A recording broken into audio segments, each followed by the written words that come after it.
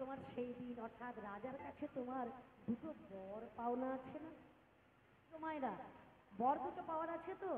বলে কি বর না, যখন রাজা দশরথের গায়ে মানে অনেক তীর বদ্ধ হয়েছিল, তখন সমর সেনের সঙ্গে যখন যুদ্ধ করতে গিয়েছিল রাজা দশরথ, তখন সমর সেনের যোদ্ধাদের সঙ্গে যুদ্ধ করতে করতে এত তীর এত বাণ লেগেছিল, সারা শরীরটা একেবারে ঝাঁঝরা হয়ে গিয়েছিল। ঠিক তখনই এতই রোগাগ্রস্ত এতই অসুস্থ হয়ে পড়লো, রাজা মরেই যাবে। কি করে বাঁচানো যায়? হ্যাঁ, এক বৈদ্য এলো বাবা, বৈদ্যকে ডাকা হলো। বৈদ্য এসে বলে গেল, শোনো, রাজার অসুখটা সেরে যেতে পারে যদি কেউ 5 মিনিট অন্তর অন্তর ঔষধ খাওয়াতে পারে, লাগাতে পারে, তাহলে রাজার অসুখটা সেরে যায়। একটা বলুন তো মায়েরা, স্ত্রীরা তো সবসময় ভালোই চাই, চাই না? কি বাবা, কিন্তু কৈকেয়ীর থেকে একটা প্রমাণ পাওয়া যায় বাবা। আমরা সকলে বলি কৌশল্যা ভালো, সুমিত্রা ভালো, কিন্তু কৈকেয়ী ভালো না। কেন? রামকে বনে দিয়েছিল, তার জন্য সে ভালো না। কিন্তু মাগো, এর পেছনে এত সুন্দর ঘটনা রয়েছে যে মেজরানী কৈকেয়ীর মতো এমন একজন নারী পাওয়া খুবই মুশকিলের কথা। কেন না, সমর সেনের সঙ্গে যুদ্ধ করতে গিয়ে রাজার যখন বাণ লেগেছিল, রাজার ছিল 750 জন স্ত্রী। সকল স্ত্রীকে বলা হলো, তোমরা পারবে আমার কাছে প্রতিনিয়ত বসে থেকে আমার সেবা করতে, 5 মিনিট অন্তর অন্তর ঔষধ দিতে? সকলের একটাই কথা, বাবা আমরা কেউ পারবো না, ঘুম বাদ দিয়ে খাওয়া বাদ দিয়ে সকলে কিছু পরিত্যাগ করে তোমার কাছে বসে থেকে 5 মিনিট অন্তর অন্তর ঔষধ দিতে আমরা পারবো না। কে দেবে? তাহলে কি রাজা মরে যাবে? ঠাকুমা, সকলে কি মানে শীতের সিঁদুর মুছে যাবে? একজনই বলেছিল, সেকে মেজরানী কৈকেয়ী বলেছিল, স্বামী আমি তোমাকে সুস্থ করে তুলবো, আমি তোমাকে ভালো করে তুলবো, আমি তোমার কাছে থাকবো। মেজরানী কৈকেয়ী পাশে থেকে 5 মিনিট অন্তর অন্তর ঔষধ দিয়ে রাজা দশরথকে প্রাণে বাঁচিয়েছে। সেদিন রাজা দশরথ সুস্থ হয়ে ভালো করে বলেছিল, কৈকেয়ী বলো, কৈকেয়ী তুমি আমাকে ভালো করে দিয়েছো, সুস্থ করেছো, হ্যাঁ, আমার এতগুলো স্ত্রী থাকতে থাকতে তুমি যেভাবে আমার সেবা করলে তাতে আমি বড় সন্তুষ্ট পেয়েছি, বলো তুমি আমার কাছে কি বল? সেদিন কৈকেয়ীর মনটা এত ভালো ছিল বাবা, কোনো কূটনীতি ছিল না, কোনো প্ল্যান ছিল না, হ্যাঁ, এত ভালো মন ছিল। সেদিন স্বামীকে বলেছিল, স্বামী তোমার সেবা করা আমার ধর্ম, আমার কর্ম, তুমি আমার স্বামী, তুমি চলে গেলে আমার হাতের শাখা স্মৃতির সিঁদুর চলে যাবে। তোমার সেবা করেছি, এটি আমার পরম সৌভাগ্য, তাতে আর আমি কি চাইব? বলো না কৈকেয়ী, আমি যদি তোমাকে কিছু দিতে পারি আমি তাতে বড়ই আনন্দ পাবো, বলো কৈকেয়ী তুমি আমার কাছে কি চাও? তো কৈকেয়ী সেদিন একটি কথা বলেছিল, স্বামী যদি কোনোদিন প্রয়োজন হয়, তুমি তো আমার স্বামী, তোমার কাছে আমার চেয়ে নিতে কত কম, যেদিন প্রয়োজন হবে আমি তোমার কাছ থেকে চেয়ে নেব। সেটি গেল একবার। আর একবার হয়েছিল রাজার নখের গোড়ায় একটা ফোঁড়া, বিষ ফোঁড়া হয়েছিল, এমন একটা ফোঁড়া হয়েছিল যেটার জন্য কোনো বৈদ্য, কোনো ডাক্তার, কবিরাজ কেউ ভালো করতে পারছে না। হ্যাঁ গো মা, একজন বেনামি ডাক্তার এসে বলে গেল, মানে বেনামি বলতে আমাদের ঘরোয়া ডাক্তার অনেক থাকে না বাবা, যার কোনো ডিগ্রি নেই, হ্যাঁ, তো দেখবেন বাবা অনেক বড় বড় ডাক্তারের কাছ থেকে ফিরে এসেও ওই বেনামি ডাক্তার মানে ডিগ্রিবিহীন ডাক্তারের কাছে অনেক সময় অনেক রোগী ভালো হয়ে যায়, হয় না মায়েরা? ঠিক সেরকম একজন বৈদ্য এসে বললেন, শোনো এই মানে এই যে বিস্ফোটটা হয়েছে, এই ফোঁড়াটা হয়েছে, এটা ভালো হয়ে যাবে যদি কোনো রমণী তার মুখের মধ্যে এই মানে পুজ রক্ত এগুলোকে টেনে বার করে যদি তার জুহার লালাটা লাগিয়ে দিতে পারে, তাহলে ফোঁড়াটা ভালো হয়ে যায়। আচ্ছা বলুন তো মায়েরা, সে যতই স্বামী হোক কিংবা ছেলে হোক কিংবা মেয়ে হোক, এমন একটা ঘৃণ্য কাজ করতে কেউ রাজি হবে? হবে? সহজে হবে না। তাহলে রাজা দশরথের এতগুলো স্ত্রী ছিল, সবাই বললেন আমরা পারবো না, একজন বলেছিল, একজনই হাত তুলেছিল, সেগুলোকে মেজরানী কৈকেয়ী। কৈকেয়ী বলেছিল, স্বামী আমি তোমাকে আবার সুস্থ করে তুলব। প্রতিদিন জিভ দিয়ে অর্থাৎ মুখ দিয়ে রক্তপুঞ্জগুলো টেনে বার করে দিয়ে এই জিহ্বার লালাটা লাগিয়ে দিতেন বাবা। কখনো একবার রাজা সুস্থ হয়ে গেল, ভালো হয়ে গেল। আগো মা, দুবার যখন প্রাণে বাঁচালো তখনই আমার রাজা বলেছিল, বলো কইকেয়ী তুমি আমার কাছে কি চাও? সেদিনও আমার কইকেয়ী একটাই কথা বলেছিল, স্বামী তুমি তো আমার স্বামী, আমি তোমার কাছে আছি, তুমি আমার কাছে আছো, তোমার কাছ থেকে আমার চেয়ে নিতে কতক্ষণ। ঠিক সেই কথাটা আজকের মন্থরা মনে করিয়ে দিল। ওরে কইকেয়ী, দুটো বর যে পাওনা আছে তোর স্বামীর কাছে, সেই দুটো বর আজকের চেয়ে নে। আজকের একটা বরে, প্রথম বরে চাইবি আমার ছেলে ভরত হবে রাজা, আর দ্বিতীয় বরে চাইবি আমার বড় ছেলে অর্থাৎ রাম যাবে 14 বছর বনবাস।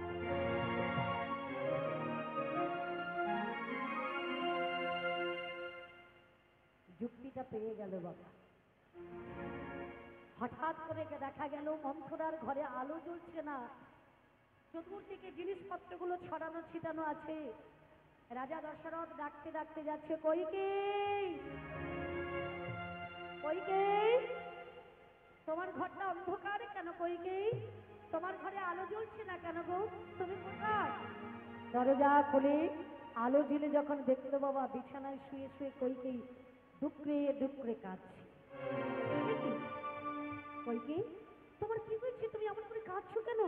আরে বলো না, আমি তোমার স্বামী, তোমার কি কিছু বলো না, তোমায় কেউ কিছু বলেছে? বলে না। তাহলে তুমি কাঁদছো কেন? বলে স্বামী আর তোমার সাথে আর বেশি কথা বলবো না, দুটো কথা বলি। অর্থাৎ তোমার কাছে যে আমার বর পাওনা ছিল সেই বর কি তুমি আমায় দেবেন? রাজা দশরথ বলে, হ্যাঁ গো কইকেয়ী তুমি যখনই চাইবে আমি তখনই তোমায় দিয়ে দেবো। বলো তুমি আমার কাছে কি বর চাও? বলে শোনো স্বামী, যদি বর আমাকে দিতে কয় তুমি আমার কাছে প্রতিজ্ঞা করো আমি তোমার কাছে যা চাইবো তুমি আমাকে তাই দেবে। ও বাবা, আরে তুমি আমাকে মৃত্যুর মুখ থেকে ফিরিয়ে এনেছো, ভালো করেছো, তা তুমি আমার কাছে যা চাইবে আমি তোমাকে তাই দেবো, বলো না তুমি আমার কাছে কি চাও? তাই কইকেয়ী বলছে, শোনো স্বামী, তুমি আমার কাছে সত্য করো। বেশ, সত্য সত্য সত্য, দেবাচক সত্য করে কথা দিলাম, তুমি আমার কাছে যা চাইবে আমি তোমাকে দেব দেব দেব। মা, ব্রাহ্মণ যারা, ক্ষত্রিয় যারা সত্য যদি করে বাবা, সত্য ভঙ্গ করা অপরাধ, সত্য তাদের পালন করতেই হবে। প্রতিজ্ঞা করলো বাবা, ত্রিসত্য অঙ্গীকারে বদ্ধ করলো রাজা দশরথ। এবারে বলে উঠলো আমার সেই কইকেয়ী মেজরানী বলছে, স্বামী প্রথম করে চাই আমার রাম রাজা হবে না, ভরত হবে রাজা। এ তুমি কি বলছো? হ্যাঁ স্বামী, রাম রাজা হবে না, আমার ছেলে ভরত কি করতে হবে রাজা, আমার ছেলে রাজ সিংহাসনে বসবে। কইকেয়ী বলো না, কইকেয়ী তুমি এমন কথা বলো না, চতুর্দিকে ঘোষণা হয়েছে রাম হবে রাজা, রাম বসবে রাজ সিংহাসনে। এ তুমি কি বলছো কইকেয়ী? বলো না কইকেয়ী, এমন কথা বলো না। স্বামী তুমি না ক্ষত্রিয় রাজা, তুমি না রাজ্যের পালক, তাহলে আমার কাছে সত্য করেছো, তুমি সত্য ভঙ্গ করতে চাও? বেশ, বলো কইকেয়ী আর একটা বর কি চাও? তখন স্বামী দ্বিতীয় বরে চাই রাম যাবে 14 বছর বনবাস।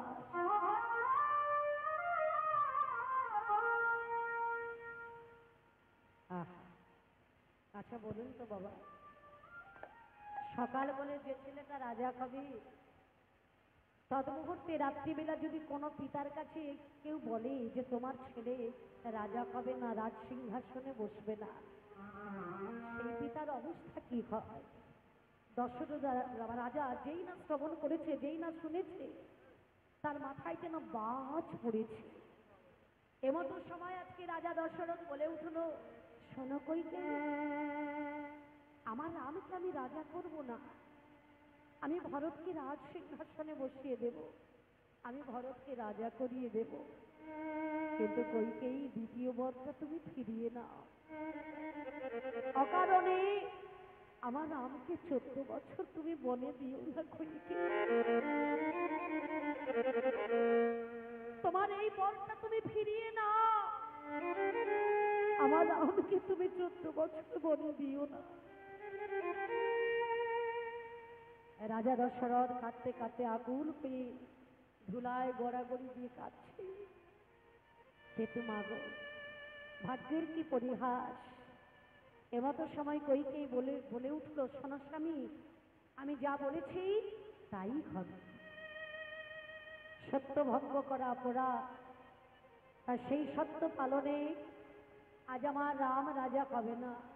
ঠিক তদ মুহূর্তে আজ আমার দশরথ রাজা রামকে ডাকছে, বলে কইকেই, ছেলে যখন ছোট থাকে তার সিদ্ধান্ত বাবা মা নেয়, কিন্তু ছেলে যখন বড় হয়ে যায় সিদ্ধান্তটা নিতে হলে ছেলেকে একবার জিজ্ঞেস করতে হয়। তাই আমার রামকে একবার জিজ্ঞেস করতে দাও। আয় রাম, রাম, আয় রাম। রাম রাম বলে যখন ডাকছে, প্রভু শ্রী রামচন্দ্র পিতার চরণ তলে এসে দাঁড়িয়েছে আমার প্রভু রামচন্দ্র। বলো পিতা, আমায় ডেকেছো কেন? বলে শোনো বাবা, পিতা মাতা যদি কোনো আজ্ঞা করে ছেলের কর্তব্য কি রে? বলে ছেলের কর্তব্য হবে পিতা মাতার আজ্ঞা পালন করা। বাবা, আরে বাবা, আমি যে প্রতিজ্ঞাবদ্ধ, আমি যে সত্যবদ্ধ, আমার একটা কথা রাখতে পারবি বাবা? কালকে রাজ সিংহাসনে তুমি বসবে না, তুমি রাজা হবে না, তোমার ছোট ভাই ভরত হবে রাজা, সে বসবে রাজ সিংহাসনে। কিন্তু তোমাকে এই রাজগৃহ ছেড়ে তোমাকে যেতে হবে বনবাসে। তোমার মা আদেশ দিয়েছে তোমাকে যেতে হবে 14টা বছর বনবাস। প্রভু শ্রী রামচন্দ্র হাসতে হাসতে বললে, পিতা আমি প্রস্তুত। আমি বনে গেলে যদি সকলের শান্তি হয়, সবাই যদি ভালো থাকে, আমি তার জন্য প্রস্তুত। বাহ! এমতো সময় রামচন্দ্রের মুখে কথা শুনে আজ আমার দশরথ রাজা বলছে, কইকেই ভালো করে তাকিয়ে দেখো, আমার রাম কেমন হাসি মুখে বলছে তার জন্য সে প্রস্তুত রয়েছে, সে বনবাসে যাওয়ার জন্য প্রস্তুত। ওমা, রামের পরনে ছিল রাজকীয় বেশ। সকল বেশ পরিত্যাগ করে একটা গেরুয়া বসন করে তিনি আজকের বেরিয়েছে কোথায় না বনবাসে যাওয়ার জন্য। ঠাকুমা রাম যখন বেরিয়েছে তার সঙ্গে বেরিয়েছে আমার লক্ষ্মণ, তার সঙ্গে বেরিয়েছে আমার সীতামা। রাজা দশরথ জিজ্ঞেস করছে, বৌমা তুমি কোথায় যাবে? বলে স্বামী থাকবে বনবাসে আর আমি থাকবো রাজবাড়িতে, রাজ অলঙ্কারে পরিভূষিত হয়ে রাজ পালঙ্কে, সোনার পালঙ্কে ঘুমিয়ে থাকবো। এমন শিক্ষা তো আমার বাবা মা আমাকে দেয়নি বাবা। আমার স্বামী যদি থাকে বনবাসে, আমিও যাব আমার স্বামীর সঙ্গে বনবাসে। বাহ! লক্ষণ বলে উঠলো, দাদা যদি রাজ আজ্ঞায় না থাকে এই রাজগৃহে আমিও থাকবো না, আমিও দাদার সঙ্গে যাব বনবাস। আমায়রা তিনজনে বেরিয়েছে বনবাসে যাওয়ার জন্য। আগমা সকলে প্রজাগণ, রাজ্যবাসীগণ, সকলে পাত্র মিত্র মন্ত্রী সবাই কাঁদছে, আর একজন কাঁদছে, সে কে বলো তোমার? মেজরানী কইকেয়ী। দরজার পাশে দাঁড়িয়ে দাঁড়িয়ে দুঃখে দুঃখে কাঁদছে, ওরে রাম, আমি বড় অপরাধ করেছি, আমি বড় অন্যায় করেছি। যদি আমার কোনো জন্মে আমার নারী জন্ম থাকে, তবে আমি যেন তোকে সন্তান রূপে কোলে পাই। নিতাই গৌর হরি বল, হরি বল, হরি বল।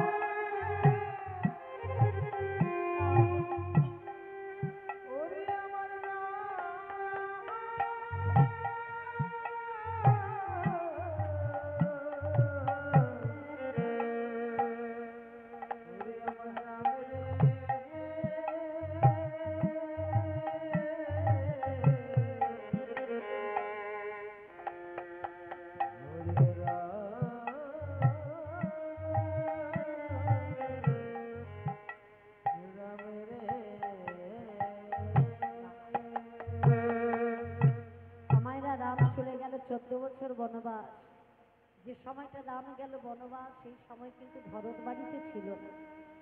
ভরত ছিল তার মামার বাড়িতে, একই রাজার বাড়িতে। তো খবর পেয়ে যখন ভরত বাড়িতে এলো, সকল রাজ্যবাসীগণ প্রজাবৃন্দগণ সবাই আঙুল দেখিয়ে বলতে লাগলো, ঠাকুমা কেন বলছে রাম 14 বছর যাওয়ার পরে দশরথ রাজা তিনি প্রাণ ত্যাগ করলেন বাবা, তিনিও চলে গেলেন।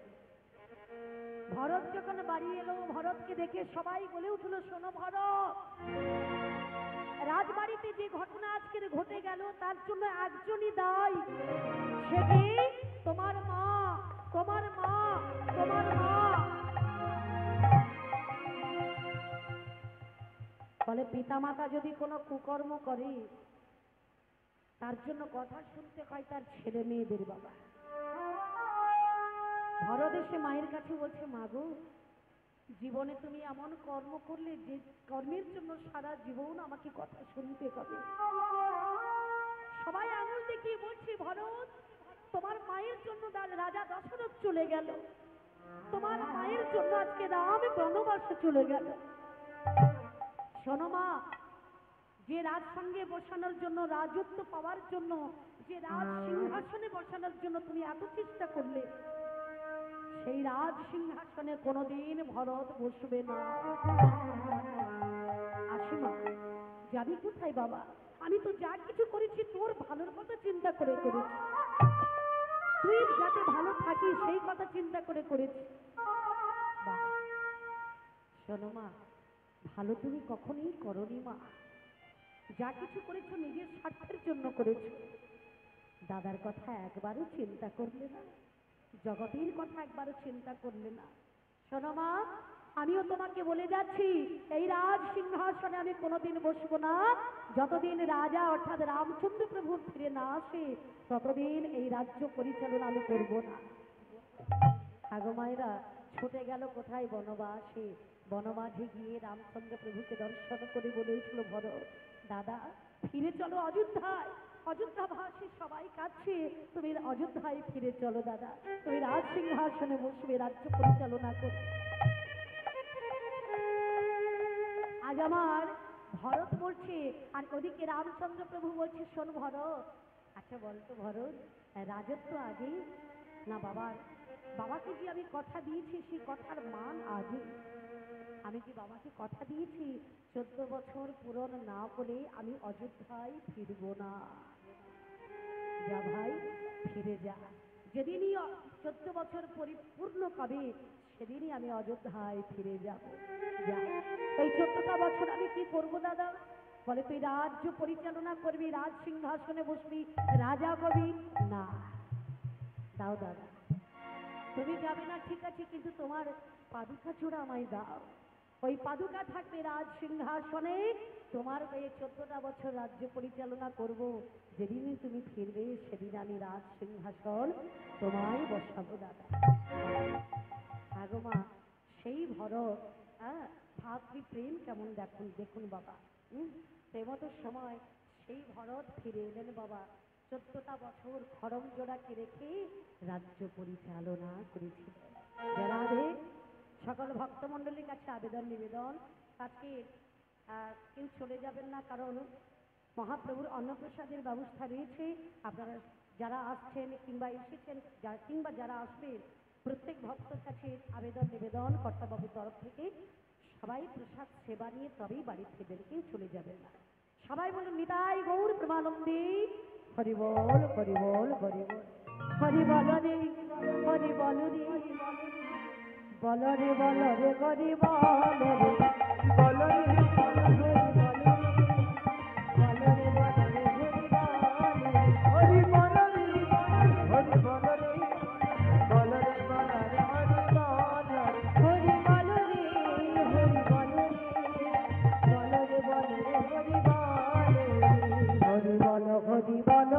হরি বল, হরি বল, হরি বল, হরি বল ভাই, হরি বল।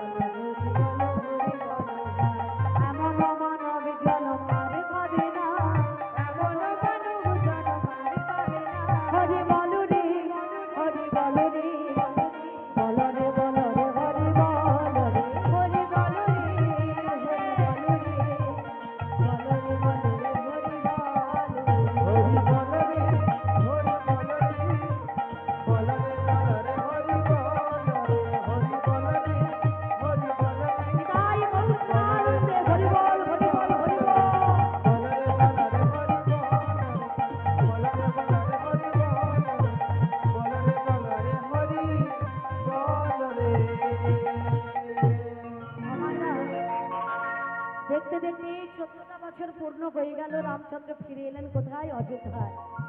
আর যখনই রামচন্দ্র প্রভু ফিরে এলেন বাবা, কত সোনায় হীরা নীলা মণিমুক্ত সবাইকে দান করছে, যে যা চাইছে তাকে দিচ্ছে বাবা। কিন্তু এমতো সময় ভরত গিয়ে বলছে আমার রামচন্দ্র প্রভু বলছে, ভরত আরে সবাই কত কিছু নিচ্ছে, তুই কিছু নিবি না? তুই কিছু চাইবি না ভাই? হ্যাঁ, এমতো সময় ভরত বলেছিল, শোনো দাদা, তুমি সবাইকে হীরা নীলা মণিমুক্ত কত কিছু দিয়েছো, তা আমায় যদি কিছু দিতে হয় দাদা, তবে একটা জিনিসই চাই। কি চাস বল? সুন্দরী স্ত্রী না, তাহলে রাজত্ব না, তাহলে ধন সম্পদ রাজ ঐশ্বর্য কিছু চাই না দাদা। তাহলে বলে, শোনো দাদা, এ জন্মে তোমার ভাই হয়ে জন্ম নিয়েছি, বনবাসে গিয়ে তোমায় কত করে ডাকলাম, তুমি ফিরে এলে না তুমি অযোধ্যায় ফিরে, কিন্তু এ জন্মে ভাই হয়েছি বলে তুমি আমাকে ফিরিয়ে দিয়েছো। তা এর পরের জন্মে যদি আমার জন্ম থাকে, আমার একটাই বাসনা, আমায় বন্ধু করে জন্মে দিও। হরি বল, হরি বল, হরি বল।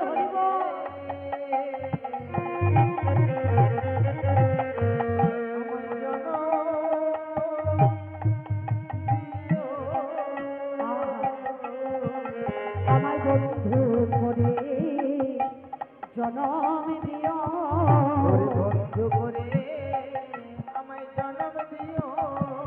ওগো এই বাসনা আমার মনে, বন্ধু করে জনম দিও।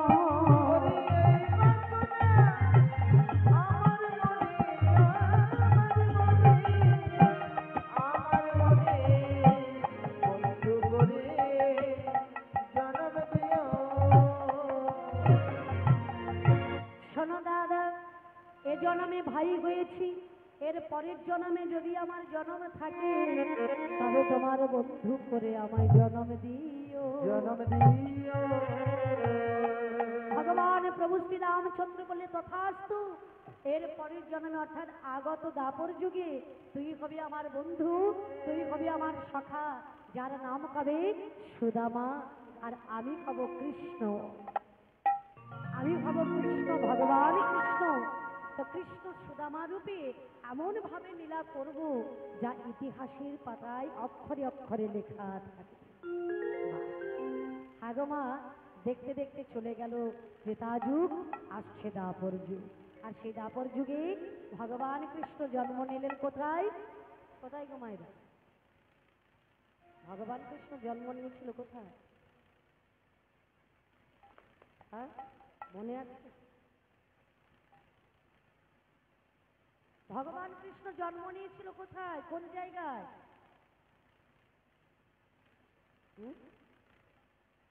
কংসের কারাগারে, মাতা দৈব কিরুদরে জন্ম নিল ভগবান। সবাই মিলে হরিনাম বলা যাবে? হ্যাঁ, একটু করতালি দিয়ে ভোগ দেখি। বলো বলো, হরে কৃষ্ণ হরে রাম, হরে কৃষ্ণ হরে রাম, হরি বল, হরি বল।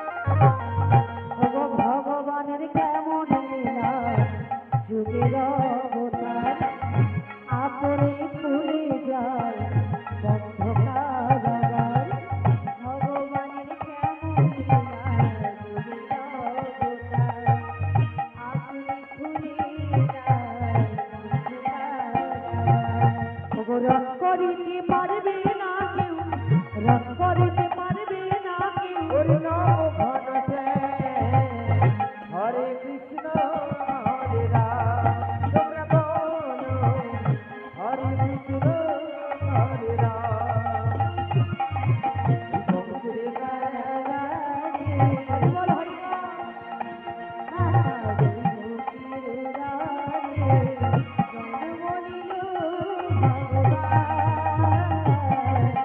বল হরে কৃষ্ণ হরে রাম তোমরা বলো হরে কৃষ্ণ হরে রাম তোমরা বলো হরে কৃষ্ণ তাই বলুন হরি বল, তোমরা বলো হরে কৃষ্ণ হরে রাম তোমরা বলো হরে কৃষ্ণ হরে রাম।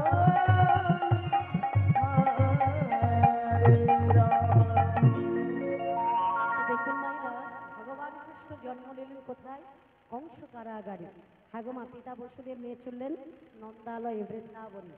আহা, তো যখন নন্দালয়ে নিয়ে গেলেন বাবা, ওদিকে ছেলেটা উপলক্ষিমান, সেদিকে মথুরা থেকে যখন কংস কারাগার থেকে যখন আমার দৈবকী উদরে ভগবান কৃষ্ণ জন্ম নিল, জন্ম নেওয়ার পরে ছেলেটাকে রক্ষা করার জন্য রেখে এলেন বৃন্দাবন। যশোমতী মায়ের কোলে রেখে এলেন বাবা। তো যশোমতী মায়ের কোলে কৃষ্ণ দিনে দিনে বড় হচ্ছে। চতুরের শিরোমণি ভগবান কৃষ্ণচন্দ্র আমার দিনে দিনে একটু একটু করে বড় হচ্ছে বাবা। তা দেখতে দেখতে আমার সেই নন্দ মহারাজার নবলক্ষ ধেনুবৎস ছিল বাবা। তো ভগবান কৃষ্ণ করলেন কি, সেই নবলক্ষ ধেনুবৎস প্রতিদিন মাঠে চড়াতে যেতেন। সঙ্গে ছিল সখাগণ। সখাগণ কজন? না, 24 জন সখা নিয়ে ভগবান কৃষ্ণ লীলা করেছিলেন। তার মধ্যে প্রধান ছিল 12 জন।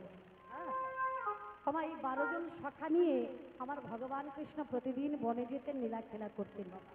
তা আজও তাই ভগবান কৃষ্ণ চলেছে বনমাঝ। সকল সখাদের নিয়ে আজকের বনমাঝে খেলা করছে বাবা। বলে খেলত নন্দ দুলা আজি, খেলত নন্দ দুলা আজি, খেলত হরি হরি বল হরি বল।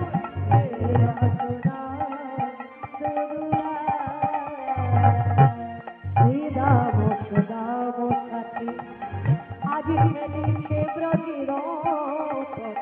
হরি শ্রীরাম সুদাম সাথে খেলিছে ব্রজের পথে। ওগো শ্রীরাম সুদাম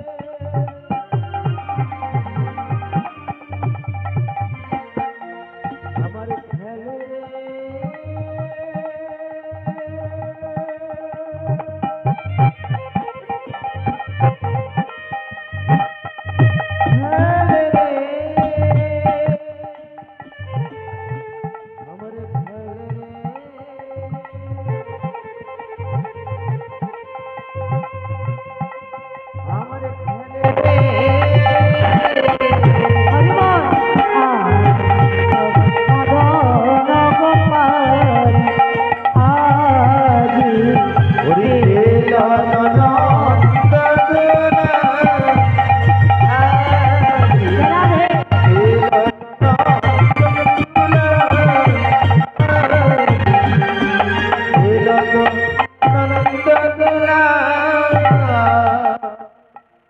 কৃষ্ণচন্দ্র বনে খেলা করি বাবা, 24 জন সখাক নিয়ে খেলা করছে। তা আজকের ভগবান কৃষ্ণচন্দ্র বলছে, আরে ভাই আয়, আজ কি খেলা খেলবি বল? আয় ভাই, আজকে কি খেলা খেলবি? লুকাচুরি মানে লুকোলুকি মানে লুকোচুরি খেলা, এটা তো সব সময় হয়। আরে অন্য কিছু খেলা খেললে হয় না? কি খেলবে? তোমার ছেঁড়া পাতা ভালো পাতা কোনোদিন খেলা হয়? আপনারা কোনোদিন খেলেছেন মা? ছেঁড়া পাতার ভালো পাতা, হ্যাঁ দেখেছেন? আমার কথাটা হলো কি, এখন খেলা কবে? আজকের সুবল বলছে, আয় কৃষ্ণ শোন, আজকের একটা নতুন খেলা খেলব। সেটা কি? বলে শোন, আজকে যে খেলাটা হবে না, হঠাৎ কাঁধে করা আর কাঁধে চড়া। এখন কাঁধে চড়ার জন্য তো সকলে প্রস্তুত, কি বাবা? কাঁধে যদি কেউ নিয়ে যায় তার জন্য সবাই প্রস্তুত, কিন্তু কাঁধে করবে কে? তা কাঁধে করে নিয়ে যাবে কোথায়? এখন সুবল বলছে, ভাই রে, কাঁধে করে বৃন্দাবন থেকে এই নিকুঞ্জ নিধুবন থেকে নিয়ে যেতে হবে যমুনার তট পর্যন্ত। কমাইরা আগো, এই যমুনার তট পর্যন্ত নিয়ে যাওয়া কাঁধে করে একটি মুখের কথা? তাহলে আজকের খেলা হবে কাঁধে করা আর কাঁধে চড়া। তাহলে কে করবে কাঁধে? বলে তার জন্য তার এমনি এমনি বললে হবে না, লটারি করতে হয়। এখন সুবলকে কৃষ্ণ বলছে, তবে যা ওই বন থেকে অর্থাৎ পাতা কিছু তুলে নিয়ে, আর 24 জন আমরা সখা রয়েছি, 24টা পাতা, হ্যাঁ 24টা পাতা নিয়ে 24 জন, আর ওদিকে কৃষ্ণ বলরাম কজন হলো গো?